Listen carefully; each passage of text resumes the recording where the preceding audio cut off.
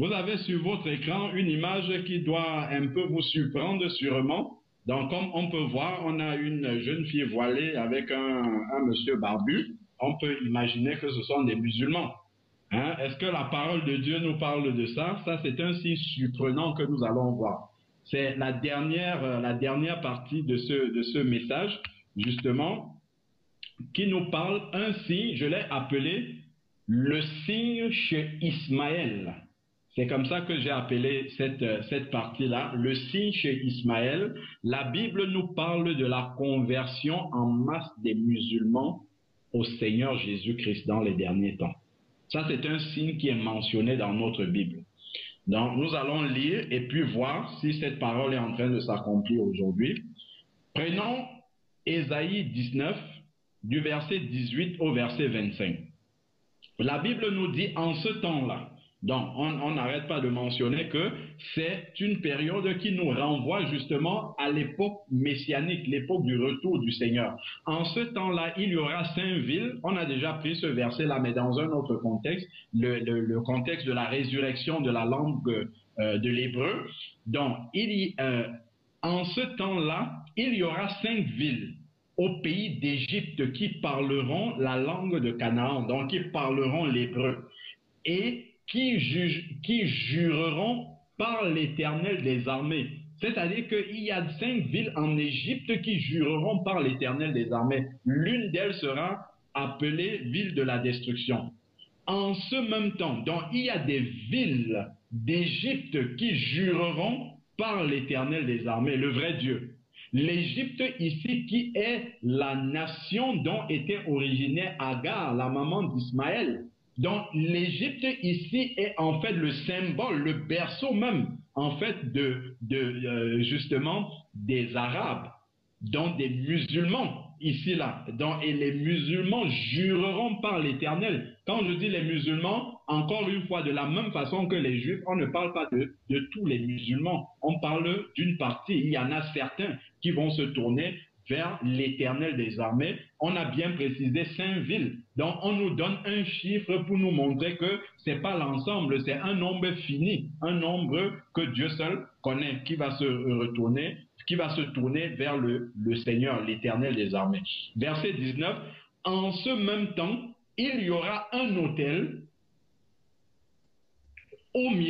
à l'Éternel au milieu du pays d'Égypte et sur la frontière un monument à l'Éternel. Donc en Égypte, il y aura un autel pour l'Éternel. Il y aura un endroit pour adorer Dieu véritablement, dont les Égyptiens vont se retourner pour justement adorer le Seigneur. Mais ne regardons pas l'autel ici au sens de l'Ancien Testament. C'est simplement une image parce que nous, Ésaïe, n'oublions pas que Ésaïe, c'est un prophète de l'Ancien Testament, donc il parle avec le vocabulaire de l'Ancien Testament. Il parle d'un autel à l'Éternel, mais nous pouvons comprendre spirituellement ici qu'il y aura justement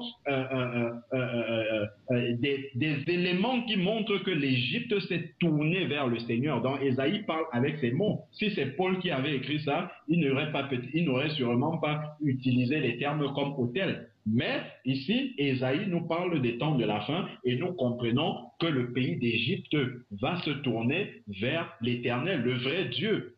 C'est le pays de Agar et donc le pays d'Ismaël, donc le pays dont descendent les musulmans. Alors, ce sera pour l'Éternel des armées un signe et un témoignage dans le pays d'Égypte. Il insiste encore. Ils crieront à l'Éternel à cause des oppresseurs. Donc les oppresseurs vont venir dans ces pays-là et ils vont se tourner vers le vrai Dieu. Ils vont se dire peut-être finalement ces chrétiens-là, c'est eux qui adorent le vrai Dieu et il leur enverra un sauveur. Voilà encore une expression qui nous montre que nul ne peut se détourner de Jésus. Jésus est celui par lequel ils ne vont pas être sauvés par Mohammed, c'est pas possible. Mais Dieu leur donnera un sauveur, c'est le même que nous avons aujourd'hui. Et un défenseur pour les délivrer, c'est Jésus en qui ils doivent croire automatiquement pour être sauvés, parce qu'il n'y a de salut en aucun autre qu'en Jésus. Verset 21, et l'Éternel sera connu des Égyptiens. Voilà, les Égyptiens, les musulmans vont se tourner vers le Seigneur. Une partie, en tout cas, ils connaîtront l'Éternel. Et les Égyptiens connaîtront l'Éternel en ce jour-là. Ils feront des sacrifices et des offrandes. Ça, en fait, de la même façon, nous comprenons que Ésaïe parle dans l'expression de l'Ancien Testament. N'oublions pas que l'Église, c'est un mystère qui a été caché même aux prophètes de l'Ancien Testament. Ils ont voulu scruter à l'intérieur pour comprendre, mais ils ne l'ont pas compris. Donc, ils parlent de ces choses-là, en fait, avec l'expression de ce qu'ils connaissent à ce moment-là. Ils offriront des sacrifices et des offrandes. Moi, je dirais qu'ils offriront des sacrifices de louange au Seigneur, comme nous dit le livre d'Hébreux. C'est le louange et l'adoration dont il est question ici. Ils feront des vœux à l'Éternel et les accompliront. Ils feront des vœux à l'Éternel et l'Éternel va encore accomplir ces vœux-là parce qu'ils se tourneront vers l'Éternel. Et quand on parle de tourner, d'ailleurs, voilà un verset encore plus clair, verset 22, ainsi l'Éternel frappera les Égyptiens, donc ils vont passer d'abord par le brisement et il les frappera, mais il les guérira. Et ils se convertiront, conversion, le demi-tour, 180 degrés, donc ils vont devoir passer aussi par la repentance. On n'a pas un salut, c'est pas un salut comme ça, sans avoir besoin de la repentance, un salut automatique. Personne n'a un statut particulier devant Dieu. Tout le monde doit se tourner vers Jésus pour être sauvé, qui les exaucera et les guérira. En ce même temps, donc on est toujours dans les expressions qui renvoient au temps messianique, il y aura une route d'Égypte en Assyrie, les Assyriens iront en Égypte et les Égyptiens en Assyrie, et les Égyptiens avec les Assyriens serviront l'Éternel. Là, il y a une vraie révélation, une puissante révélation même dans ce verset 23-là. Il dit, et les Égyptiens, symbole des musulmans, puisque c'est le pays de descendance dont était originaire Agar, d'où la maman d'Ismaël, qui est l'ancêtre des musulmans, des Arabes. Les Égyptiens avec les Assyriens serviront l'Éternel. Nous savons que les Assyriens... Oui, excuse-moi d'interrompre justement, c'est parce qu'il y a un retour et je m'excuse, d'abord tu le sais, je m'excuse, les spectateurs peuvent trouver ça brutal, c'est parce qu'on a un problème de synchronisation de retour.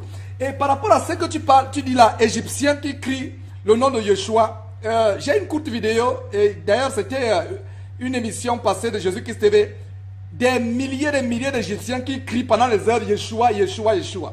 Je vais montrer cela avant de te donner la parole pour continuer. Amen, amen, amen. Super.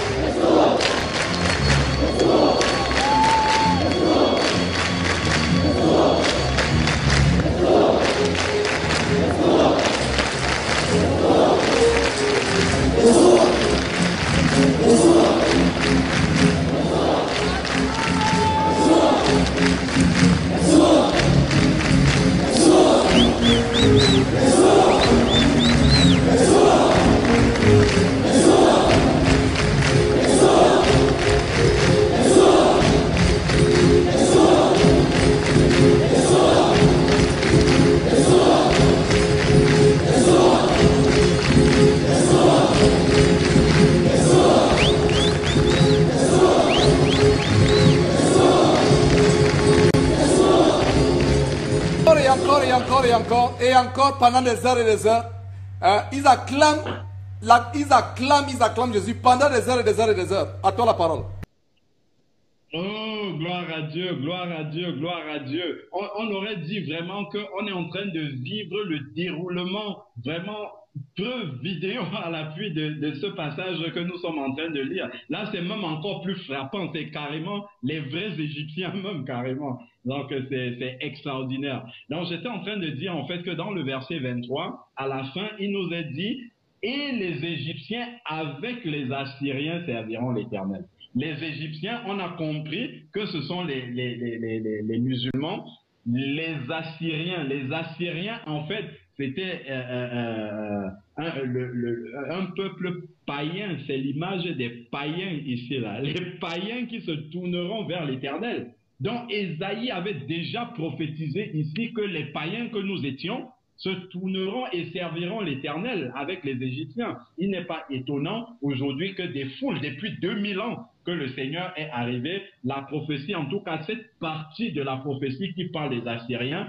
qui serviront l'Éternel, soit en train de s'accomplir. Donc les Assyriens, image des païens. Voilà verset 24. En ce même temps, Israël sera, lui, troisième, uni à l'Égypte et à la Syrie, et ces pays seront l'objet d'une bénédiction. Voilà le plan parfait de Dieu accompli. Israël, son peuple physique, les Assyriens, les païens que nous étions, y compris les musulmans, serviront ensemble l'Éternel. Vous voyez pourquoi, vous allez me dire pourquoi les musulmans sont un peu dissociés des païens que nous étions. C'est parce que quelque part, ils ont un ancêtre Ismaël qui était un enfant d'Abraham. Et comme les descendants de Isaac et de Jacob, les Israéliens, avaient aussi le même ancêtre commun, Abraham. Mais nous, charnellement, nous n'avons pas cet ancêtre-là en commun avec eux. Donc c'est pour ça que la distinction, elle est bien faite, mais le salut est le même, le moyen d'arriver à ce salut est le même en Jésus, mais Ésaïe précise bien les différentes catégories ici. Alors, la fin, verset 25, l'Éternel des armées les bénira, donc tous ensemble, béni soit l'Égypte, mon peuple, la Syrie, nous les païens, œuvre de mes mains, et Israël, mon héritage, et tout le monde est uni autour du Seigneur Jésus, une bonne fois pour toutes. Voilà le plan parfait de Dieu ici. Tout le reste, toutes les religions et tout ça, c'est le diable qui manipule ces religions-là pour que le plan, pour vouloir compromettre le plan de Dieu. Mais Dieu merci, on a vu la vidéo, il y en a qui vont se tourner vers le Seigneur. Alors, lorsque justement on voit cette conversion des musulmans-là, il y a un passage dans la Bible qui en parle aussi. Prenons Genèse 25, verset 17. Et voici les années de la vie d'Ismaël. 137 ans, il expira et mourut et fut recueilli auprès de son peuple. Alors, verset 18. Ses fils habitèrent depuis Avila jusqu'à Chour, qui est en face de l'Égypte, les enfants d'Ismaël, en allant vers la Syrie. Il s'établit. En hébreu, c'est Naphal. Et ça signifie se prosterner devant, ça veut dire s'établit. Le terme s'établit, lorsque vous prenez l'expression hébreuse qui est utilisée, c'est Naphal et ça signifie se prosterner devant. Donc, je relis ma phrase, il s'établit en présence de ses frères. Ça veut dire il se prosternait devant ses frères.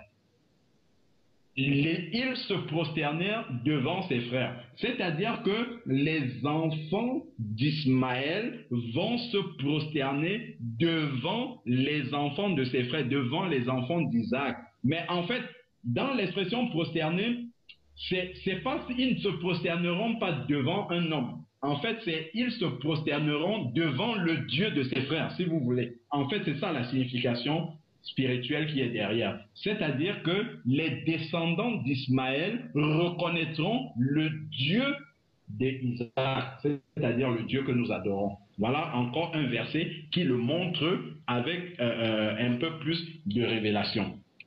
Alors maintenant, la question que moi je me suis posée, c'est pourquoi une grâce spéciale comme ça pour les musulmans? Dieu a une grâce pour tous les êtres humains, mais pourquoi cette particularité-là pour les musulmans? Non pas qu'ils auront un salut spécial, mais pourquoi le Seigneur œuvre comme ça vraiment pour sauver les musulmans? Pourquoi il veut...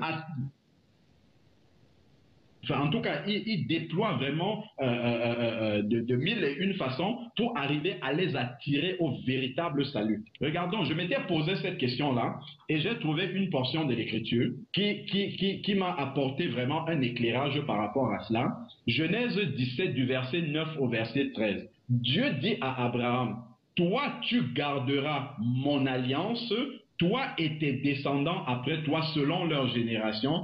C'est ainsi mon alliance que vous garderez entre moi et vous et ta postérité après toi. Tout mâle parmi vous sera circoncis. » Regardons bien. Tout mâle parmi vous sera circoncis. Vous vous circoncirez et ce sera un signe d'alliance entre moi et vous. Donc, le Seigneur dit en fait que la circoncision sera un signe d'alliance entre lui, l'Éternel, et ceux qui se sont circoncis. C'était ça le signe. À l'âge de 8 jours, tout mâle parmi vous sera circoncis selon vos générations, qu'il soit né dans la maison ou qu'il soit acquis à prix d'argent, de tout fils d'étranger, sans appartenir à ta race. Bon, verset 13. On devra circoncire celui qui est né dans la maison et celui qui est acquis à prix d'argent, et mon alliance sera dans votre chair une alliance perpétuelle, donc une alliance pour toujours. Alors maintenant, avançons maintenant on a vu que le signe de l'alliance justement que Dieu avait donné à Abraham, c'était dans la circoncision. Prenons maintenant le Genèse 17 toujours, verset 23 au verset 25.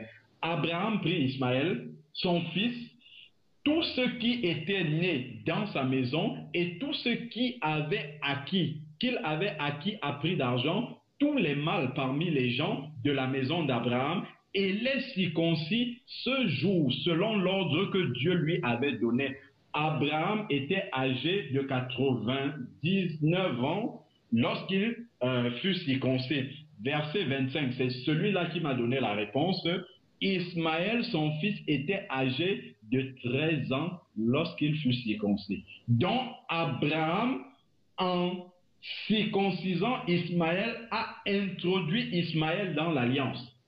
Ismaël n'est pas le fils de la promesse, mais il a été introduit dans l'alliance de Dieu par la circoncision d'Abraham. Et donc, ce qui fait que, justement, Dieu n'oublie pas cette alliance-là. Donc, il va essayer de déployer, justement, il va tout faire, comme il fait d'ailleurs pour tous les êtres humains, mais d'une façon encore plus importante pour attirer les descendants d'Ismaël, les musulmans, pour qu'ils se tournent vers le vrai Dieu. Et c'est vraiment impressionnant la manière dont le Seigneur amène les musulmans. Vous savez que l'islam, c'est quelque chose de très, très puissant. Je veux dire puissant de façon idéologique. Pour enlever ça de la tête d'un musulman, il faut vraiment que le bulldozer du Saint-Esprit vienne. Et le Seigneur fait vraiment des choses extraordinaires pour amener des musulmans à la conversion. J'écoutais ce témoignage-là d'un musulman.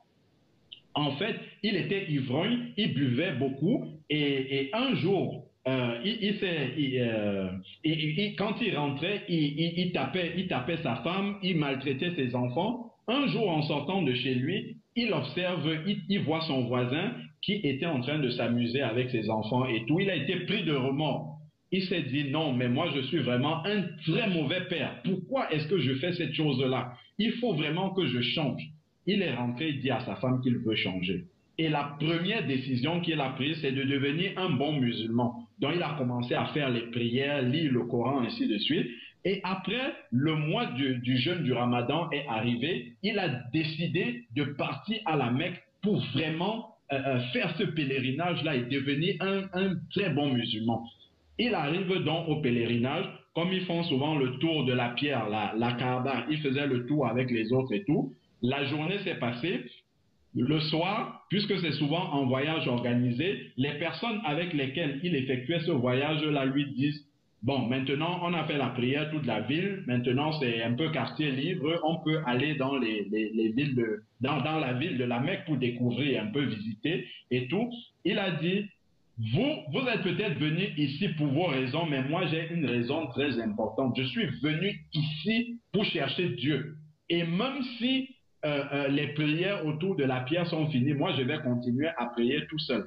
Les gens l'ont abandonné autour de la Kaaba. Il a continué à tourner autour. Il a tellement tourné qu'il était totalement épuisé, fatigué. Il s'est endormi devant la Kaaba.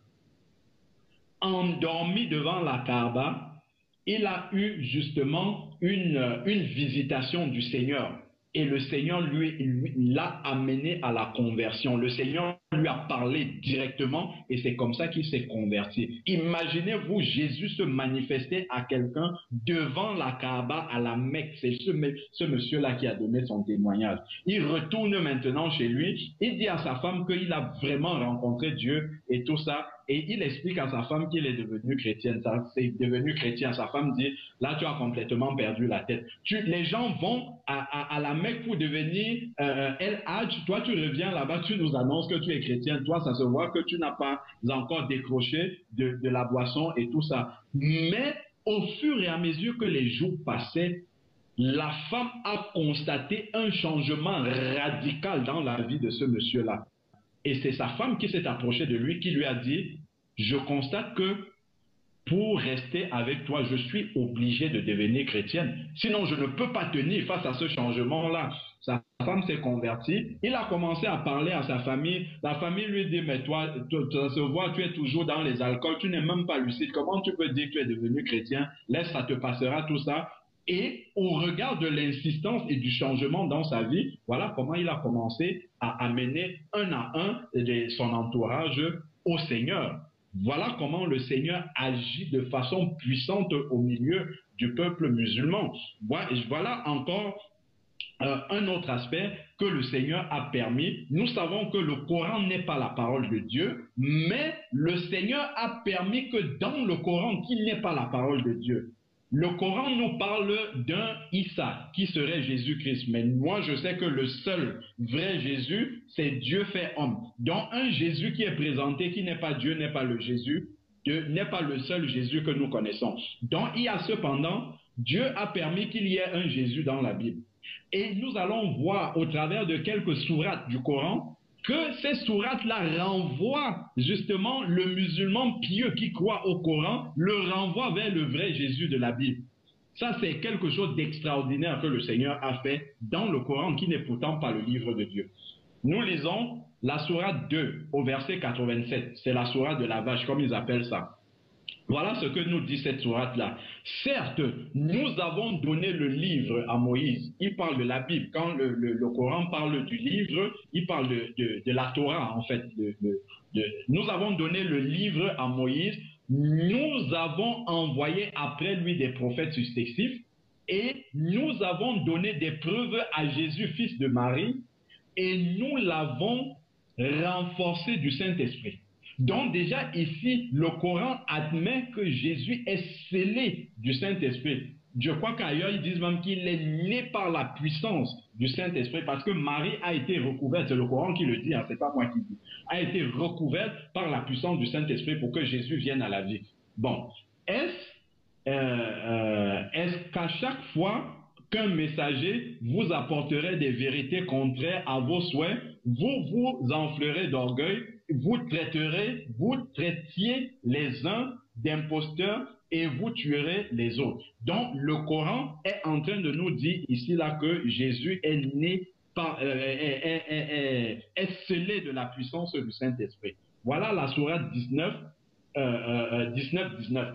La sourate de Marie. L'ange, c'est l'ange qui parle ici à Marie. Il dit, je suis en fait un messager de ton Seigneur pour te faire don d'un fils pur. Même le Coran dit que Jésus est pur. En tout cas, là, Jésus déjà. C'est comme ça qu'on est en train d'amener notamment les musulmans au vrai Jésus. Un fils pur. Si vous lisez dans le Coran, nulle part, il n'est jamais demandé que Jésus se répande de ses péchés parce qu'il est sans péché. Même le Coran reconnaît que ce Jésus-là qu'il décrit est un Jésus sans péché, mais il y a des sourates qui demandent à Mohammed de se repentir. Donc, il est un pécheur. Pourtant, Jésus, le Jésus qu'il présente, n'est pas un Jésus pécheur. Continuons. Ensuite, nous prenons la sourate 5, 5,46. Ils appellent ça table servie. Et nous avons envoyé après eux Jésus, fils de Marie, pour confirmer ce qu'il y avait dans la Torah. Donc Jésus a été envoyé par Allah pour confirmer la Torah avant lui, et nous lui avons donné l'évangile. Donc même le Coran dit qu'ils ont donné, que Allah, Dieu, en tout cas pour eux, a donné l'évangile à Jésus. Où il y a guide et lumière dans les évangiles, il y a guide et lumière dans les évangiles pour confirmer ce qu'il y avait dans la Torah. Jésus est venu pour confirmer ce qu'il y avait dans la Torah avant lui, et un guide, une exhortation pour les pieux. Donc l'évangile qui a été donné à Jésus est une exhortation pour les pieux. Donc si vous allez dans le Coran avec un musulman, vous lui faites lire ça. Qu'est-ce que ça veut dire? Ça veut dire que s'il est un vrai musulman pieux, il doit observer, lire les évangiles et garder les évangiles. À ce moment-là, vous l'amenez maintenant dans la Bible et puis vous lui expliquez ce que Jésus a dit dans la Bible et il est obligé de l'accepter parce que la Torah, le Coran demande aux vrais musulmans, aux musulmans pieux, de lire les évangiles, de lire les paroles de Jésus et de respecter ce que Jésus a dit. Voilà même comment on peut évangéliser un musulman à partir du Coran. Parce que si vous venez avec la Bible, tout de suite, il ne va pas vouloir vous écouter. Vous pouvez aller d'abord dans le Coran avec lui, lui montrer que le Coran lui demande de lire la Bible et ensuite sortir du Coran, l'amener dans les évangiles et lui prêcher la parole de Dieu. Le Seigneur m'a permis de faire une petite étude sur l'évangélisation des musulmans que j'ai posté d'ailleurs sur YouTube. Nous pouvons, enfin, ceux qui le souhaitent peuvent écouter cela et je crois que ça donnera aussi un autre angle d'approche justement de l'évangélisation des musulmans. Bon, on ne peut pas clôturer ce message par une sourate du Coran. Voilà ce verset-là qui est clairement martelé et qui peut bien clôturer ce message. Il n'y a de salut en aucun autre, car il n'y a sous le ciel aucun autre nom qui ait été donné par lequel les hommes, parmi les hommes, par lequel nous devons être sauvés. Donc c'est le nom de Jésus. Qu'on soit musulman, qu'on soit juif, qu'on soit païen, c'est seul le nom de Jésus qui peut sauver. Encore un autre témoignage pour dire comment le Seigneur agit puissamment au milieu du peuple musulman pour les sauver justement. Il y avait un ministère, je crois, c'est Portes Ouvertes, je pense qu'il s'appelle. C'est un ministère qui introduisait les Bibles, en fait, dans les pays de l'Est à l'époque, quand c'était encore, il n'y avait pas encore la chute du mur. Et une fois qu'il y a eu la chute du mur, c'était beaucoup plus facile de faire entrer les Bibles. Ils se sont concentrés dans les pays musulmans durs. Et alors, il y a eu deux bénévoles justement de ce ministère qui amenaient les Bibles en Iran. Ils avaient chargé un camion de Bibles et ils essayaient de les introduire en Iran. Alors, sur leur chemin, il y a eu une tornade et le camion s'est embourbé et ça a calé. Le camion a calé. Et là, ils étaient bloqués, ils attendaient justement que la tornade finisse et qu'ils essayent de dépanner le camion. Et ils avaient les vitres montées complètement. À un moment, ils entendent toquer à la porte de la vitrine. Ils entendent toquer et ils se regardent l'un et l'autre et ils disent « Nous sommes finis, ça doit être la police, ils nous ont suivis, ils savent ce qu'on a dans la voiture là, c'est la fin pour nous et tout. »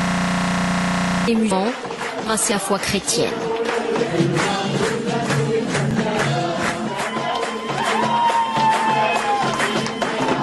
Tous les parents, moi, 14 personnes. Hier, j'étais dans le noir, et aujourd'hui, j'étais dans la lumière. La plupart des familles sont là, parents, grands-parents, déjà devenus protestants. Il serait ainsi 30 à 100 000 à travers l'Algérie. L'œuvre de missionnaires évangéliques étrangers, aussi discrets qu'efficaces, mais pas seulement.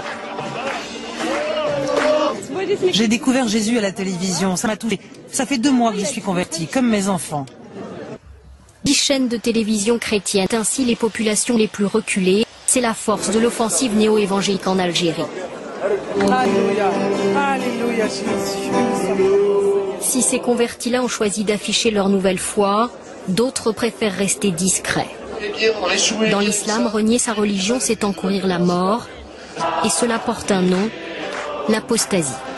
On a tout le temps de mauvais regards sur nous qui sont fixés comme ça. On nous regarde de mauvais œil et bon, le manque de respect, je ne peux pas y aller jusqu'ici.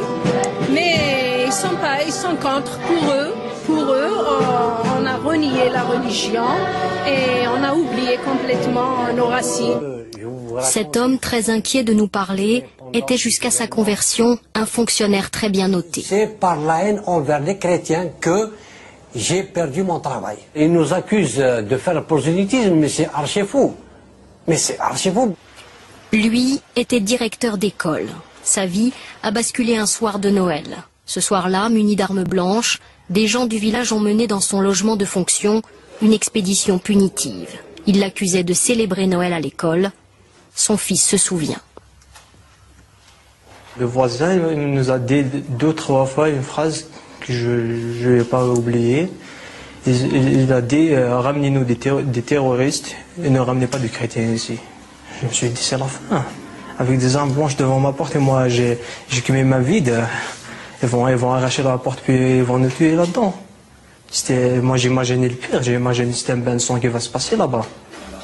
Après 28 ans de carrière, le directeur d'école a été radié de l'éducation nationale. C'est pas moi seulement qui ai été frappé, c'est le christianisme, pour c'est-à-dire donner un exemple. Voilà, celui qui est comme celui-là, on va le frapper, on va le mettre dehors. Une telle violence à l'égard des chrétiens reste toutefois rare, surtout en Kabylie, où le phénomène est le plus ancien. À la sortie des mosquées, la question n'est pas taboue. Pour tous, les églises évangéliques achètent les consciences. On n'a pas encore vu quelqu'un qui a de l'argent, il a entré en chrétien. Toujours c'est des pauvres qui rentrent en christianisme. Tu as compris comment? Parce qu'ils donnent de l'argent. Ils donnent des appartements, d'argent, des visas.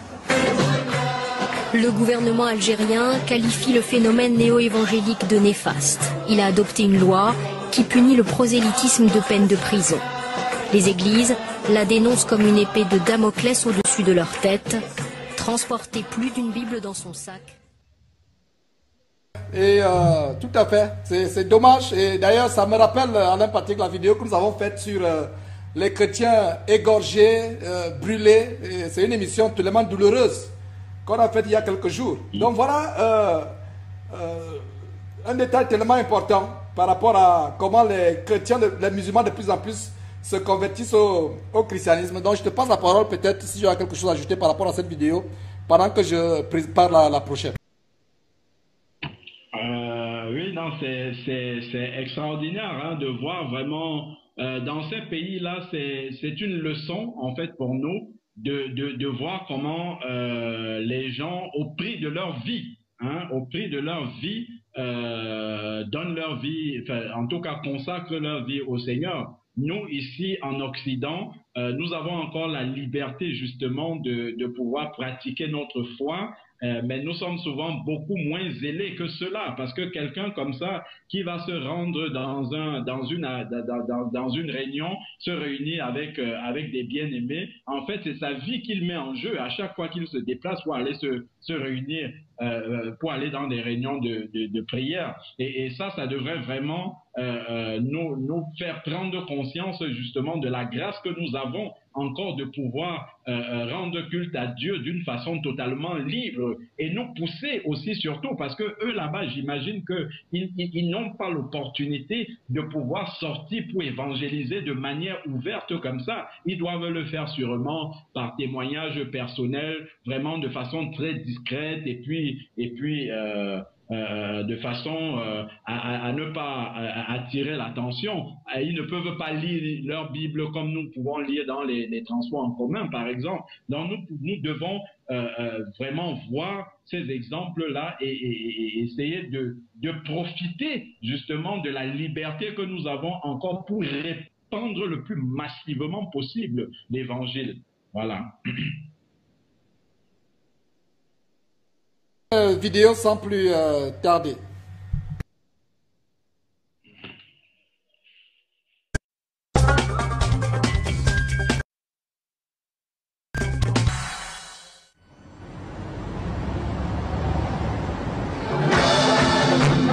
Une ambiance bon enfant, une centaine de fidèles pour une cérémonie pas comme les autres. Nous sommes à Tizi Ouzou, fief de la Kabylie. Filmé en caméra amateur, ce jeune musulman va se convertir. Par cet acte, je mets la chrétienté.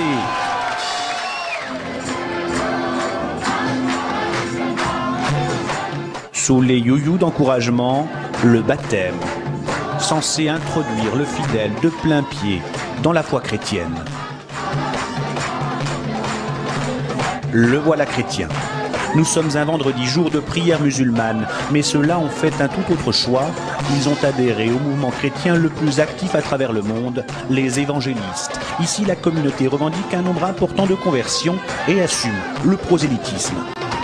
D'Algériens musulmans convertis devenant chrétiens. Il y en a beaucoup?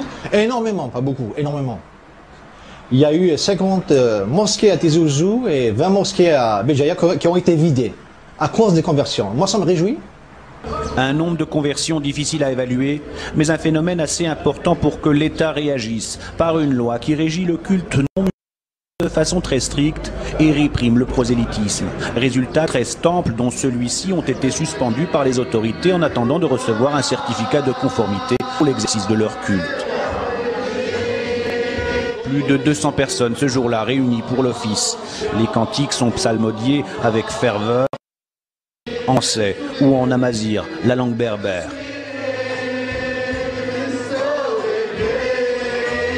Malgré l'interdiction, le pasteur Tariq nous explique pourquoi il tient à célébrer son culte, quitte à être hors la loi. Ça date quand même des années 96, 97. Et dire comme ça à des familles, à des vieilles, à des hommes âgés ou à des jeunes que voilà, tout va s'arrêter, tout s'écroule comme ça d'un coup, c'est un petit peu difficile. Donc nous, on temporise. Nous respectons l'État. La Bible nous dit, soumettez-vous aux autorités. C'est ce que nous faisons. C'est pourquoi nous courons sans cesse derrière les bureaux, nous demandons, aidez-nous, facilitez notre tâche, afin que nous puissions régulariser notre situation. Nous ne voulons pas vivre en noir. Des gens nous connaissent, ils nous voient. Les policiers sont là, ils ont nos numéros de téléphone. Alors pourquoi cette pourchasse? Sale temps pour les évangélistes, qui rappellent que 32 petites communautés chrétiennes ne peuvent faire trembler 32 000 mosquées. Mais pour les courants les plus radicaux de l'islam, celui qui renie sa religion est passible de la peine de mort. Cette vidéo qu'on vient de montrer, et il y a donc une deuxième vidéo, une dernière vidéo, selon celle que tu as annoncée, Saïd Wijbou, qui est passé de Mohamed à Christ Jésus. Je pense que c'est par cette vidéo que nous allons terminer cette émission. C'était vraiment un plaisir, mes frères et sœurs, de diffuser cette émission. J'ai vu la main de Dieu.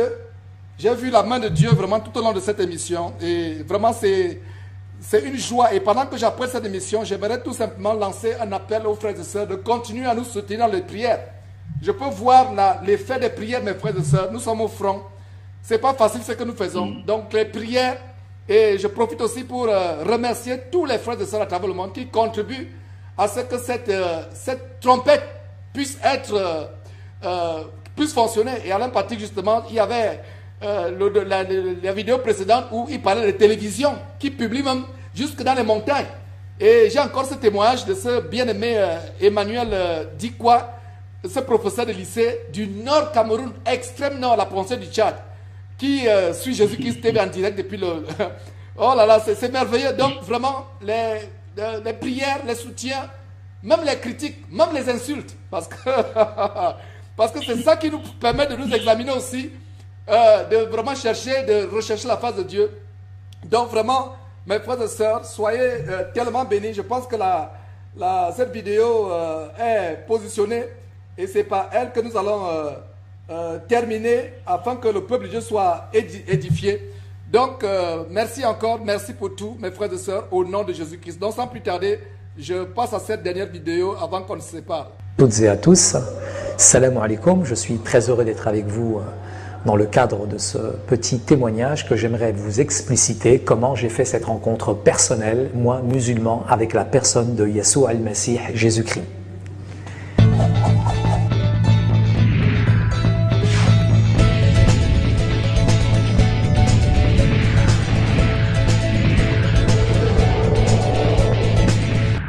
Alors je voudrais vous dire tout simplement que je viens d'un arrière-plan musulman. J'ai traversé la mer Rouge pour venir, c'est vrai, dans ce pays où coulait le lait, le miel et le travail, puisqu'à l'époque il y en avait. Nous avons rejoint mon père pour des raisons économiques. Et en arrivant en France, bien entendu, j'ai pratiqué ma religion avec force, avec conviction. Et petit à petit, dans le temps, j'ai ressenti beaucoup d'amertume, de racisme, de discrimination discrète, mais qui en tout cas m'affectait, me troublait dans mon fort intérieur. Et souvent, on posait un regard sur moi qui n'était jamais positif, et ce regard finissait par être intégré, intériorisé, si bien que j'ai pratiqué ma religion avec force, avec conviction. J'adorais ce Dieu, Allahu Ta'ala, et en même temps, il était tellement haut, tellement loin, je me demandais parfois s'il s'intéressait à moi. Je faisais mes 5 prières par jour, le ramadan, j'aimais Dieu, j'aimais les choses de Dieu, et je posais 2 questions à mes parents. Qu'est-ce qu'il y a après la mort? Et ma mère me décrivait bien l'enfer. Mais par contre, la question du paradis, elle ne connaissait pas. Et je voulais véritablement avoir cette relation, cette intimité, cette relation avec Dieu, que je n'avais pas finalement dans ma religion. Ce qui m'a amené, je dirais, à rechercher, à développer encore plus en moi cette recherche ardente de Dieu, mais c'était le vide, c'était le désert, c'était l'aridité spirituelle. J'ai vécu la violence à l'extérieur que j'ai importée chez moi, et cette violence qu'il y avait chez moi, je l'ai... Et cette violence, elle est devenue mon identité, elle est devenue ma vie. Et un jour, dans mon quartier, je me suis battu contre une voisine, contre un voisin, et ça a déclenché une émeute, toute sa famille contre ma famille, et ma mère s'est tellement pris des coups dans la tête qu'elle s'est retrouvée à l'hôpital. Mais au-dessus de chez nous, c'est pour ça que je dis que le salut vient d'en haut, il y avait des chrétiens qui se sont proposés de garder mes petits frères et sœurs, le temps que ma mère était à l'hôpital. Donc ils ont gardé mes petits frères et sœurs, et quand ma mère est sortie, elle leur a fait un grand couscous, et on s'est lié d'amitié avec eux. Et au bout d'1 an, nous avons ma grande Fatima était chrétienne. C'était la que ma mais pas cette foi qu'elle avait pour Jésus. Et j'ai été troublé, interpellé par, je dirais, la ferveur, par l'amour, par la puissance, par la paix que dégageait ma sœur. Et à ce moment-là, mes parents m'ont envoyé dans l'église pour faire l'espion. Quand j'ai espionné ma sœur, j'ai été foudroyé, subjugué, je dirais, à l'intérieur de cette église, parce que j'en avais une mauvaise conception du christianisme. Et le christianisme se résumait à tout ce que je voyais à la télévision. Mais quand j'ai vu dans cette église des chrétiens comme l'eau dans l'eau qui se mélangeaient, authentiques, qui louaient Dieu de tout leur cœur, je me suis dit, ils ne seraient pas musulmans, mais ils ont véritablement soumis. Et je me suis rendu compte que ces chrétiens aimaient Dieu encore plus que moi. Et j'ai fait mes propres recherches personnelles en étudiant la Bible. Ça m'a bouleversé, marqué, subjugué par la figure Christ et la personne de Yeshua al-Masih. Un grand roi qui a quitté son ciel de gloire, non pas pour venir au Carlton, mais pour naître dans une grotte, dans une étable. J'ai jamais vu un roi comme ça. Et un roi qui me disait, aimez vos ennemis, bénissez ceux qui vous maudissent, faites du bien à ceux qui vous maltraitent. J'ai jamais... Et j'ai réalisé la puissance de la croix. Et Jésus a changé, bouleversé, transformé ma vie. Je savais ce que c'était que le péché. Voler, mentir, tricher. Mais là, le péché, quand je l'ai lumière à la puissance du Saint-Esprit, j'ai véritablement demandé pardon à Dieu, j'ai pleuré sur ma misère. Et là, j'ai abdiqué face à la croix. parce qu'elle n'était pas un film, mais une expérience personnelle, individuelle. J'ai appris à aimer aujourd'hui tout homme, de toute race, de toute condition. Et aujourd'hui, je ne regarde pas l'apparence, mais je regarde au cœur. Simplement, j'ai aussi été m'excuser dans mon quartier. Et là, dans mon quartier, beaucoup de personnes ont été touchées de voir ma vie changer, transformée. Et il y a quelqu'un que je détestais, c'est mon père. Et je lui ai demandé pardon. Je l'ai serré dans mes bras. Et je lui ai dit, Père, de la même manière que Jésus m'aime, papa, je veux t'aimer. De la même manière que Jésus m'a pardonné, papa, je veux te pardonner. Et Père a accepté Jésus dans sa vie. J'ai un père là-bas que je ne connaissais pas, mais grâce à Jésus, aujourd'hui j'ai une véritable relation avec Dieu et j'ai l'assurance de la vie éternelle. Merci.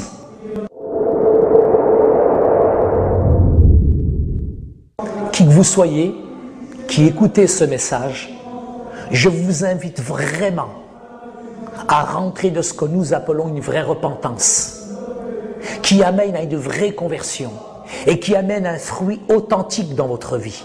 Dieu ne regarde pas l'apparence, Dieu regarde ton cœur, il connaît tes problèmes, il connaît tes difficultés, il sait qui tu es mieux que quiconque.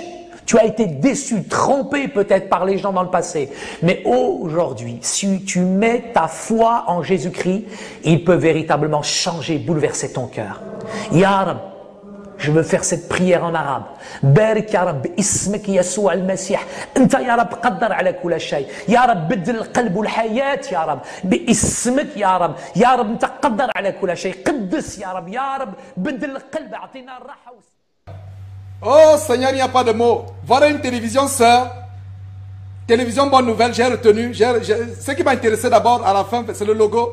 Voilà donc une télévision sœur, télévision TV Bonne Nouvelle. Et si vraiment je vais faire des recherches sur cette télévision, je ne sais pas si tu as des informations sur leur chaîne. Donc voilà une télévision sœur. Et il n'y a que Jésus-Christ qui peut rendre possible cela. Oh Seigneur Jésus, que je t'aime, que je t'adore, que je t'exalte. Voilà le bien-aimé Saïd Oudjibou, le voilà qui, avec une ferveur, avec une ardeur, avec un zèle débordant, exubérant et extravagant, parle de Jésus-Christ. Oh Seigneur, il n'y a que toi qui peux. Oh là là, oh là là, oh là là. Il n'y a que toi qui peux rendre ces choses disponibles. Que nous t'aimons, Seigneur Jésus. Que nous t'adorons pour ce que tu as fait pour nous. Amen. Seigneur, le sacrifice sur la croix n'était pas en vain. Tu as souffert sur la croix il y a 2000 ans, plus de 2000 ans, ce n'était pas en vain. Seigneur Jésus, que sache que ce n'était pas en vain. Nous t'exaltons, nous t'acclamons au nom de Jésus-Christ. Nous t'acclamons, Seigneur Jésus-Christ. Nous sommes fous de toi. Nous sommes fous de toi. Nous t'adorons. Nous t'aimons, Seigneur Jésus. Sois magnifié, sois acclamé au nom de Jésus-Christ. J'ai envie de chanter cette chanson. Mon Jésus, je t'aime, je te sais à moi. Oh, quel transport immense je ressens dans mon cœur. Les trésors de la terre ne sont rien comparés à toi. Je t'aime, mon Jésus, pour ce que tu as fait pour moi. Voilà, nous sommes sur Jésus-Christ TV, cette chaîne à la gloire de notre souverain principal sacrificateur, le roi des rois, le Seigneur des seigneurs. Oh Seigneur, je ne peux pas attendre de te rencontrer, que je languis, que nous languissons après toi, Seigneur. Oh Seigneur, tu reviens bientôt, nous t'attendons avec joie, Seigneur. Parfais-nous, Seigneur. Nous savons que nous ne pouvons pas accéder au royaume de Dieu s'il y a encore une tache sur nos robes. Seigneur, rends-nous plus blancs que la neige. Rends-nous plus blancs que la neige. Sois exalté, Seigneur.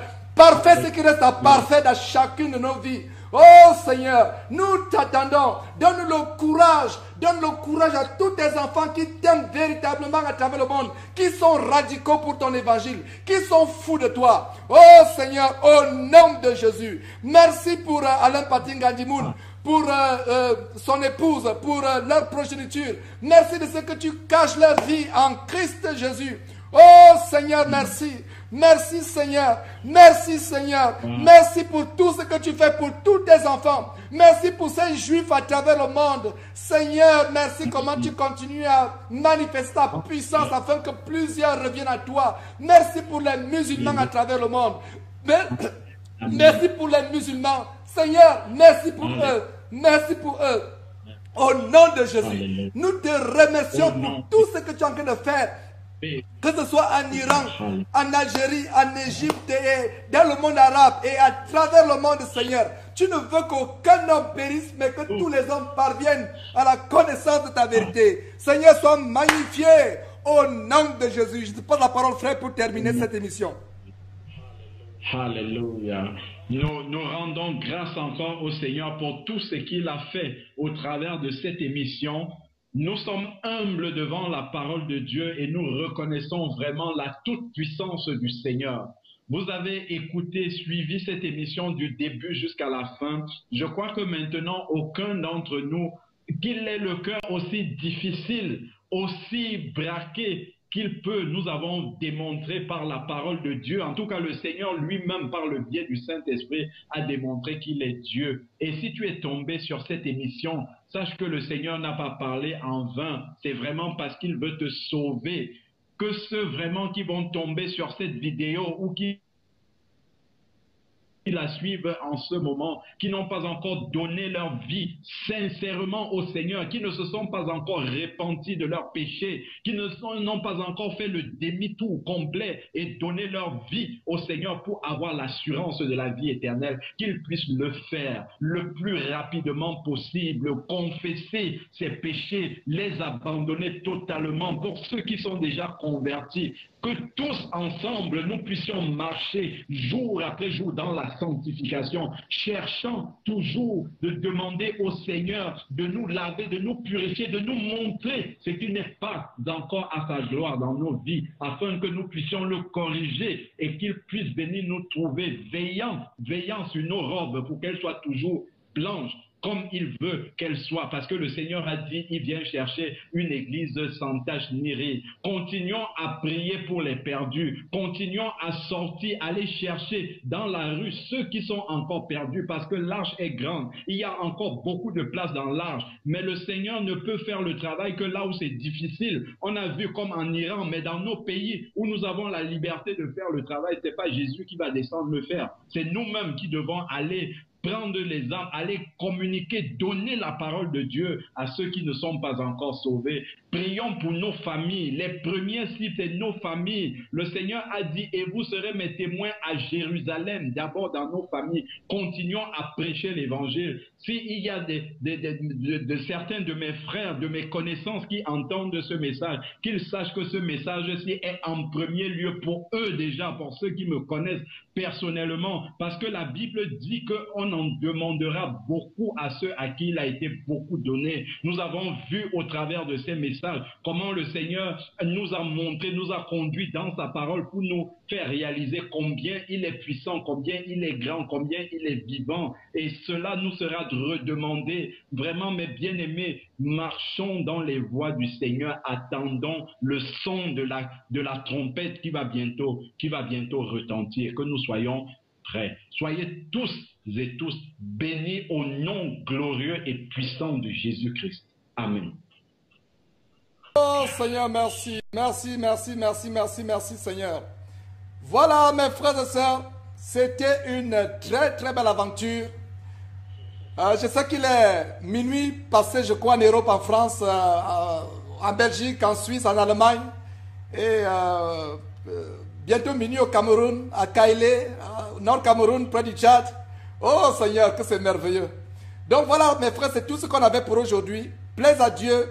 Nous aurons le frère Plaise à Dieu lundi prochain, dans 2 jours après cette pause de 2 jours. Demain, il n'y aura pas d'émission spéciale. Généralement, les samedis, c'est des émissions spéciales. Et donc, il n'y aura pas d'émission demain ni dimanche. Voilà, évidemment, dimanche, il n'y a pas d'émission. Donc, lundi, plaise à Dieu, nous aurons le frère bien-aimé Jean-Paul Lawson, ce rescapé de l'église apostate, la synagogue de Satan, appelée Charisma en France, du port du quai Nuno Pedro. Donc, il viendra lundi, et vous l'avez vu la dernière fois, comment, avec la verve, la même verve que le bien-aimé Saïd Oudjibou, la même verve. Et on a besoin des hommes de Dieu comme cela, qui nous galvanisent, qui nous secouent, qui nous réveillent. Donc, il reviendra lundi, nous exposer tout simplement, selon que Dieu le conduira, sur l'apostasie, justement, dans cette fin de temps. Et cette apostasie est grande. Et je disais à un frère que le frère me demande comment ça va aux États-Unis. Je lui dis, frère, les ténèbres ne font que s'épaissir. Et nous devons aussi faire jaillir la lumière. Donc, quand les ténèbres s'épaississent, nous faisons jaillir la lumière. Ça va commencer d'abord dans le corps de Christ. Voilà, si c'est sur ces quelques mots que je vous souhaite bonne nuit. Et à lundi, plaise à Dieu, si Jésus-Christ ne revient pas en quelque temps. Lisez vos Bibles, mes frères et sœurs. Lisez. Je dirais même plutôt lisons. Parce que quand il dit lisez, c'est comme si moi je m'exclus. Lisons nos Bibles, mes frères et sœurs. Lisons nos Bibles. Lisons nos Bibles. Enfermons-nous dans nos Bibles. Au nom de Jésus-Christ. Amen. Donc à la prochaine, mes frères et sœurs. Soyez bénis. Que Dieu nous bénisse abondamment.